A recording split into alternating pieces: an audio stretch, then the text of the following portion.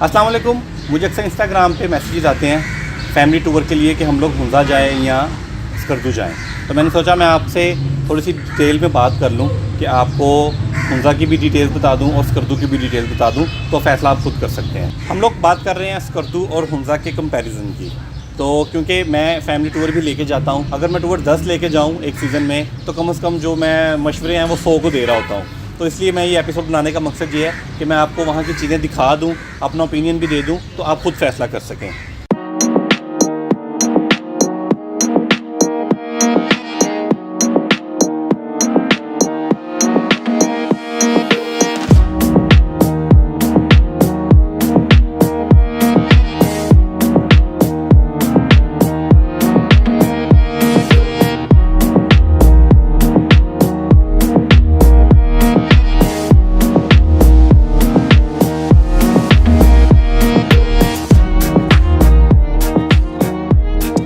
Family के point of view से बात करेंगे कि आपको स्कर्दू जाना चाहिए या हुंजा जाना चाहिए। तो सबसे पहला जो पॉइंट है, अगर तो आप लेक्स को पसंद करते हैं, आपको झीलें अच्छी लगती हैं और आप डिफरेंट किस्म की वैरायटी देखना चाहते हैं झीलों की, तो डेफिनेटली आपको स्कर्दू जाना चाहिए। क्योंकि स्कर्दू में कचौरा लेक है, अपर कचौरा, लोअर कचौरा लेक है, शोसर लेक है, इसके अलावा वहाँ पर सोगा लेक है, ब्लाइंड लेक है, एक दो झीलें और भी हैं।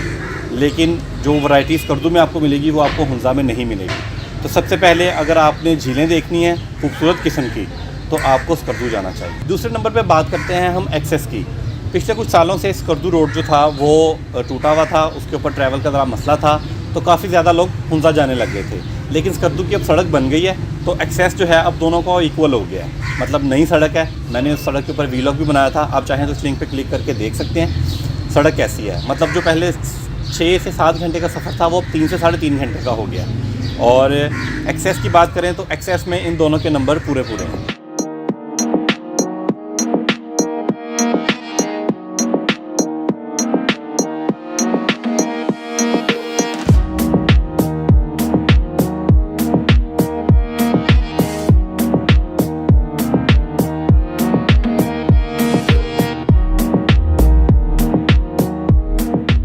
एक्सेस की हम अगर बात कर रहे हैं तो स्कर्दू में एयरपोर्ट है, आप सीधा स्कर्दू लैंड करते हैं। और हुंजा में एयरपोर्ट नहीं है। हुंजा जाने के लिए आपको एयरपोर्ट गिलगित का लेना पड़ेगा, वहाँ से फिर आपको 2.5-3 घंटे का ट्रैवल करके जाना पड़ेगा।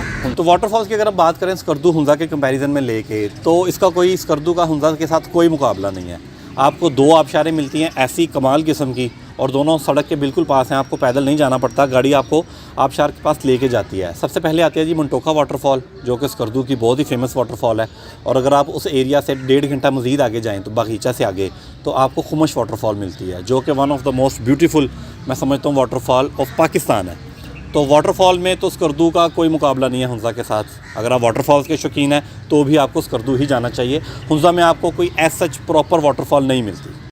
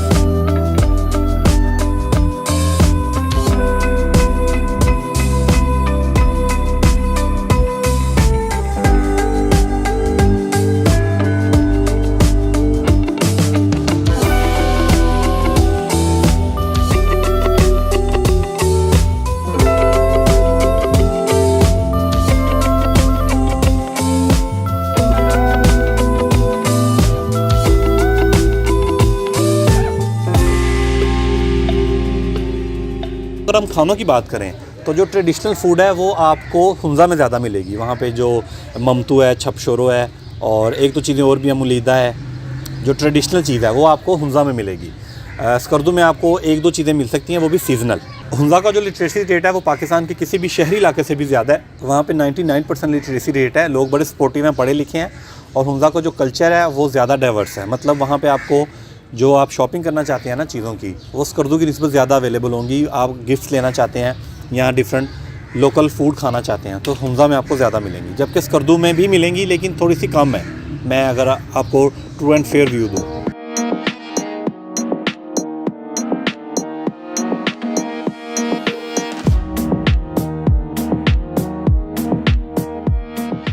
अगर आप मेरी पर्सनल राय लें तो स्कर्दू का हुंज़ा से मुकाबला ही नहीं है उसकी लैंड डाइवर्सिटी को लेके। हुंज़ा में आपको सारी चीज़ें सड़क पे मिलती हैं और व्यू पॉइंट्स मिलते हैं, जबकि स्कर्दू के लिए आपको ट्रैवल थोड़ा सा करना होता है और आपको वैली के अंदर जाना होता है। और वैली के अंदर आपको जब अगर आप खपलू चले जाएँ, आपको चकचन मॉस्क मिलती है, आपको खपलू पैलेस मिलता है, आपको हल्दी कॉन्स मिलती हैं, आपको सोगा लेक मिलती है और सीलिंग वैली मिलती है और बड़े ही ज़बरदस्त किस्म के थ्रिलिंग किस्म के ब्रिज मिलते हैं। इंडस रिवर मिलता है। इंडस रिवर आपको हर जगह से डिफरेंट जगहों से आपको ज़बरदस्त किस्म के व्यूज़ पेश करता है।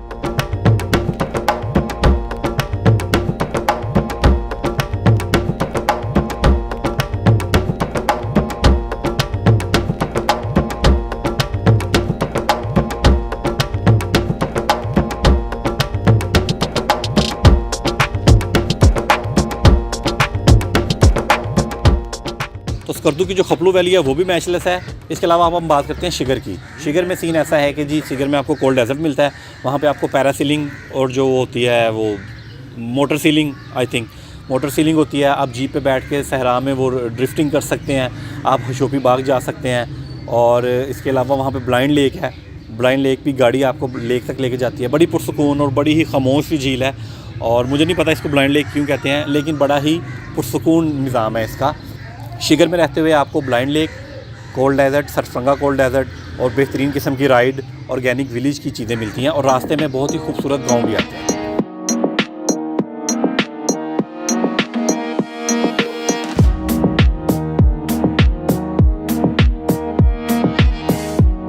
और अगर हम सीजन्स की बात करें दोनों वैलीज़ को लेके, तो ऑटम का जो हुंज़ा वो फेमस है, नो डाउट। और अगर हम बात करें विंटर सीज़न की, तो सर्दियों में आप जितनी भी फुटेज देखते हैं, जितने भी व्यूज़ देखते हैं, ड्रोन फुटेज देखते हैं, पिक्चर्स देखते हैं, वो 90% पिक्चर्स स्कर्दू की होती हैं, हुंज़ा की नहीं होती।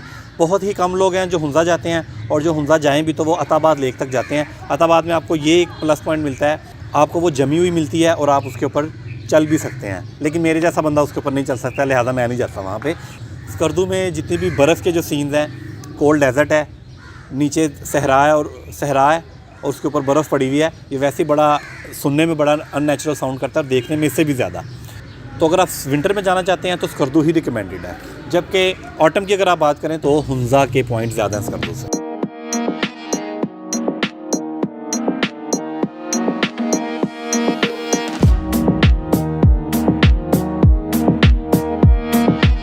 हम लोग जा रहे हैं गिलगित से हुंज़ा और गिलगित से ही स्कर्दू। आप गिलगित से जब हुंज़ा की तरफ जाते हैं तो पहला स्टॉप आता है नलतर वैली का, जो कि हुंज़ा की बड़ी एक फ़ेमस वैली है। नलतर वैली जाने के लिए आपको नॉर्मल वैली से जीप करवानी होती है, 3.5 घंटे लगते हैं आपको 0 पॉइंट, और जिसमें आप कवर करते हैं सतरंगी लेक और ब्लू लेक और एक झील और है, मुझे उसका नाम याद नहीं है इस वक्त। ये 3 झीलें आती हैं, लेकिन यहाँ पे आपको जीप ट्रैक करना पड़ता है एक कमर तोड़ किस्म का, ठीक है, जो कि फ़ैमिली के लिए रिकमेंडेड इतना नहीं है, जिसमें आपको 3.5 से 4 घंटे भी लगते हैं। ट्रैक बहुत गंदा है और 2 झीलें हैं, सतरंगी लेक, ब्लू लेक और एक और झील है जिसका मैं आपको नाम नहीं बता सकता, मुझे भूल गया। तो सतरंगी लेक और ब्लू लेक पे जो फैमिलीज़ के लिए या आम भी जो हालात हैं वहाँ पे जो रिसोर्सेज हैं वो इतने अच्छे नहीं हैं। वॉशरूम की सहूलत बहुत बुरी है, खाने के लिए भी कोई इतना अच्छा सिलसिला नहीं है, और रात रुकने का तो आप वहाँ पे सोचें भी ना। वैसे तो टेंट विलेज मौजूद है, लेकिन जिसे आप कह सकते हैं अच्छी सहूलतों के साथ सिलसिला आपका वहाँ पर नहीं बन सकता।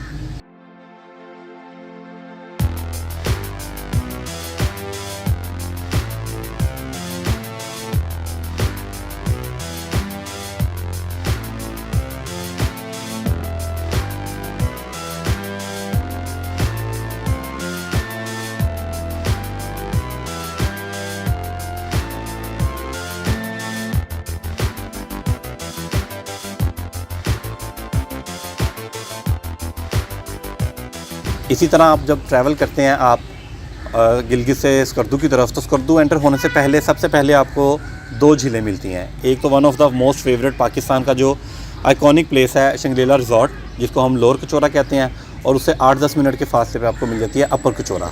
इन दोनों झीलों तक गाड़ी जाती है, आपको किसी किस्म का ट्रैवल नहीं करना पड़ता। इन झीलों पे आपको सिग्नल भी मिलते हैं और यहाँ पे आपको बड़े ही VIP किस्म के लग्जरी होटल भी मिलते हैं।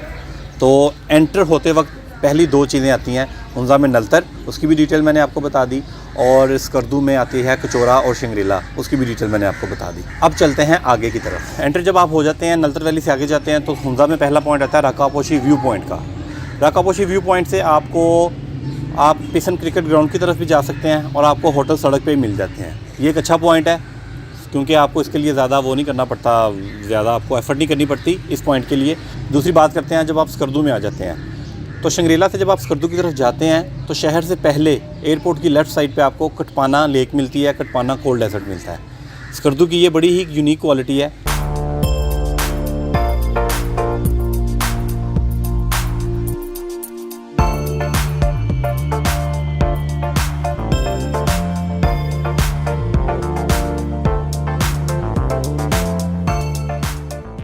वहाँ पे आपको कोल्ड डेजर्ट मिलता है, जहाँ पे ऐसा सहरा जहाँ पे सर्दियों में बर्फ़ भी पड़ती है 1-1 फुट।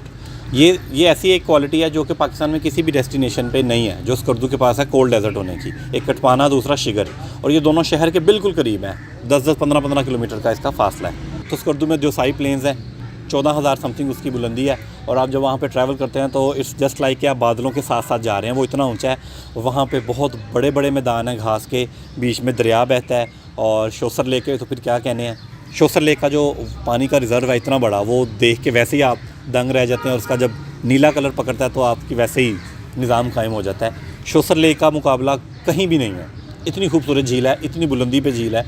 तो द्योसाई प्लेन्स, इसके लिए आपको 3 घंटे का ट्रैक करना पड़ता है जीप पे, ये मैं आपको बता दूं।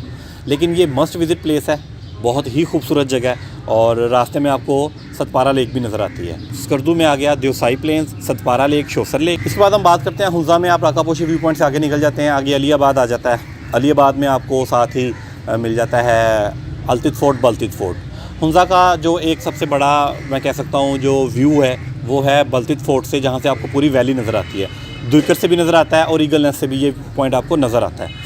ये एक बड़ा ही ज़बरदस्त खूबसूरत पॉइंट है जो कि हुंजा की एक यूनिकनेस में शामिल है। इस पॉइंट पे जाने के लिए आपको एफर्ट नहीं करनी पड़ती, गाड़ी आपको लेके जाती है। हाँ, अलतित फोर्ट और बलतित फोर्ट के लिए आपको 10-10, 15-15 मिनट की वॉक करनी पड़ती है, जो कि एक गाँव में से गुजर के आपको जाना पड़ता है।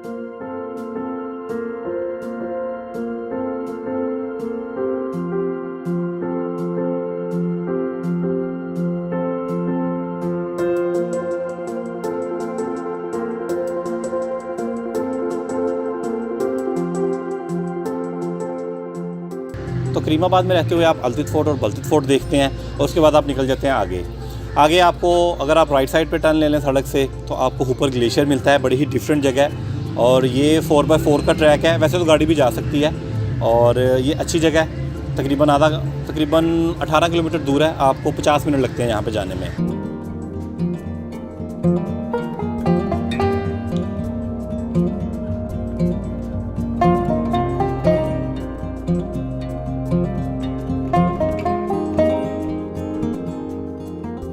और उसके बाद अगर हम ऊपर ग्लेशियर नहीं जाते, सीधा चले जाते हैं, तो आगे आ जाती है Attabad lake, the mighty Attabad, जो कि मेरा ख्याल है हुंजा की सबसे बड़ी अट्रैक्शन है वो अताबाद लेक। इसमें ऐसा है कि अताबाद लेक बहुत ही खूबसूरत, बहुत बड़ी लेक है।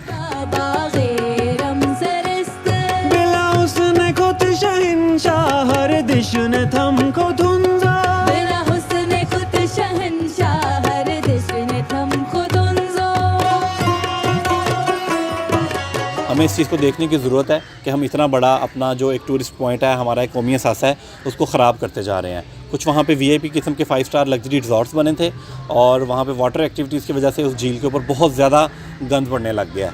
लेकिन नो डाउट अताबाद बहुत फेमस है, बहुत खूबसूरत है, जाने वाली जगह है, और ये भी आपको सड़क के ऊपर मिलती है। सुल्तानाबाद, मेहदीयाबाद, अलीबाद, असगराबाद, हुसैनाबाद, हसनाबाद, नौआबाद, मेहदीयाबाद, करीमाबाद, और अब हक पेश खिदमत है जी अताबाद।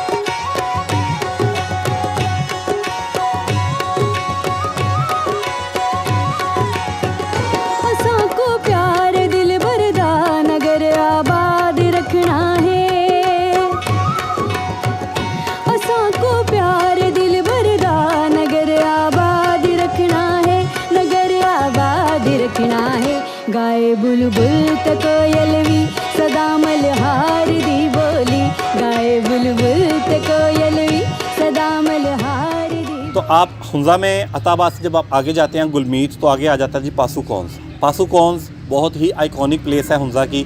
आपने जितने भी लोगों ने देखा होगा वो ये पिक्चर लाजमी देखी होगी। खुंजराब बॉर्डर की पिक्चर चाहे ना देखी हो, लेकिन आपने पासु कौंस की तस्वीर लाजमी देखी होगी।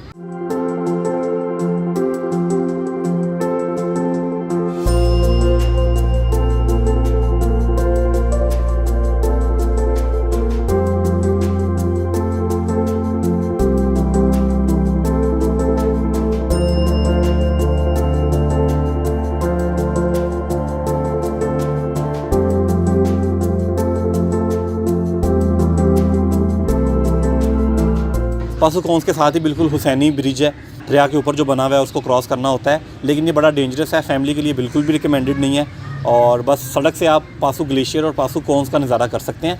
वैसे तो वहाँ से बोरिस लेक का ट्रैक भी निकलता है, लेकिन बोरिस लेक अक्सर मैं लेके जाता हूँ लोगों को फैमिली टूर के साथ, तो वहाँ पर जाके कहते हैं ये बोरिस लेक नहीं है, ये बोरिंग लेक है, क्योंकि उसकी जो साइड्स हैं वो बिल्कुल बैरन है और उस तरह से शायद लोगों को पसंद नहीं आती।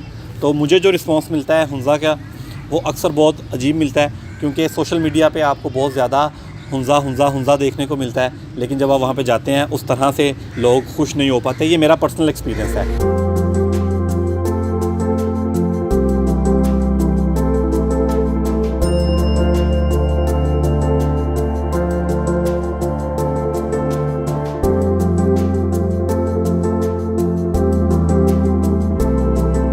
अगर आप ट्रैवल कर रहे हैं स्कर्दू में भी और हुंज़ा में भी, तो एक बड़ा फ़र्क ये है कि स्कर्दू में जैसे ही आप ट्रैवल करते हैं 5-10 मिनट बाद एक इतना खूबसूरत गांव आता है, ठीक है, जिसमें पानी के चश्मे बह रहे हैं, बच्चे खेल रहे हैं, दरख्त जो हैं वो फलों से लदे हुए हैं और इतनी खामोशी है और विलेज लाइफ बड़ी ही नेचुरल है अभी तक।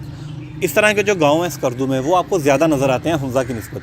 हुंज़ा में क्योंकि आप कराक्रम हाईवे पर ट्रैवल करते हैं और गांव थोड़े आपको अक्सर जो गांव हैं वो थोड़े दूर नज़र आते हैं, यहाँ तो दरिया की दूसरी साइड पे नज़र आते हैं, यहाँ कम नज़र आते हैं। तो जो गांव की जो आपका वैसे ही स्टॉप ओवर बन जाता है बिला वजह का, तो वो आप स्कर्दू में ज़्यादा कर सकते हैं। हुंज़ा में अगर हम चले जाएँ पासु कौंस से आगे, तो आगे सोस्त बॉर्डर आ जाता है, आगे सोस्त का गाँव है और उससे आगे खुंजराब पास है। खुंजराब पास इटसेल्फ सिर्फ एक गेट है जिसकी दूसरी साइड पर चाइना है। साइट सीइंग अच्छी है, आपकी किस्मत अच्छी हो तो आपको आइबेक्स नज़र आ जाता है, जिसे लोग अक्सर आके देख के कह देते हैं कि हमने मारखोर देखा है, तो वो आइबेक्स होता है, पहाड़ी बकरा जिसे हम कहते हैं। और दूसरी जानिब अगर हम स्कर्दू का सफ़र करें तो स्कर्दू में आप अगर जीप ट्रैक करना चाहते हैं तो बड़ी ही खूबसूरत वैली है चुंदा वैली आप जा सकते हैं, बाशु जंगल जा सकते हैं। बाशु जंगल, चुंदा वैली और देवसाई, ये 3 जगह जो हैं ये जीप ट्रैक्स हैं। इसके अलावा जितनी भी जगह मैंने आपको बताई हैं, शिगर है, खपलू है और मंटोखा वाटरफॉल का जो ट्रैक है, यहाँ पे गाड़ियाँ जा सकती हैं। अगर आपके पास 5 दिन है एक टूर के लिए, तो स्कर्दू में जो आपको लोकेशंस मैंने बताई हैं, आपको जो झीलें बताई हैं, वाटरफॉल्स बताई हैं, तो आपके लिए ज़्यादा पावर पैक, ज़्यादा जो मेस्मराइजिंग और ज़्यादा लैंड की डाइवर्सिटी है जो, वो आपको यकीनन स्कर्दू में मिलेगी। स्कर्दू एक प्रॉपर शहर है, आपको सारी सहूलतें ज़्यादा मिलती हैं, आपको ATM बैंक का कोई मसला नहीं है, इवन के हॉस्पिटल्स का कोई मसला नहीं है। तो आज के एपिसोड में मैंने आपको कंपैरिजन करके बताया स्कर्दू का और हुंज़ा का। इसमें जितनी भी बातें हैं वो मैंने सारी फैक्चुअल की हैं, हमने ट्रैवल टाइम को देखा है, हमने फैमिली को जहन में रख के बात की है और हमने लैंड डाइवर्सिटी की बात की है। तो ये जितनी भी बातें थी सारी फैक्चुअल बेस्ड थी, बाकी फ़ैसला आपका अपना है। इस एपिसोड को देखने का शुक्रिया। और जितने भी लोग, उम्मीद करता हूँ, मुझसे ये पूछते हैं कि हुंज़ा जाना चाहिए या स्कर्दू जाना चाहिए, उम्मीद करता हूँ कि ये एपिसोड देखने के बाद वो अपना फ़ैसला खुद भी कर सकते हैं। मेरे चैनल को सब्सक्राइब कीजिएगा। मुझे इजाज़त दें। अल्लाह हाफ़िज़।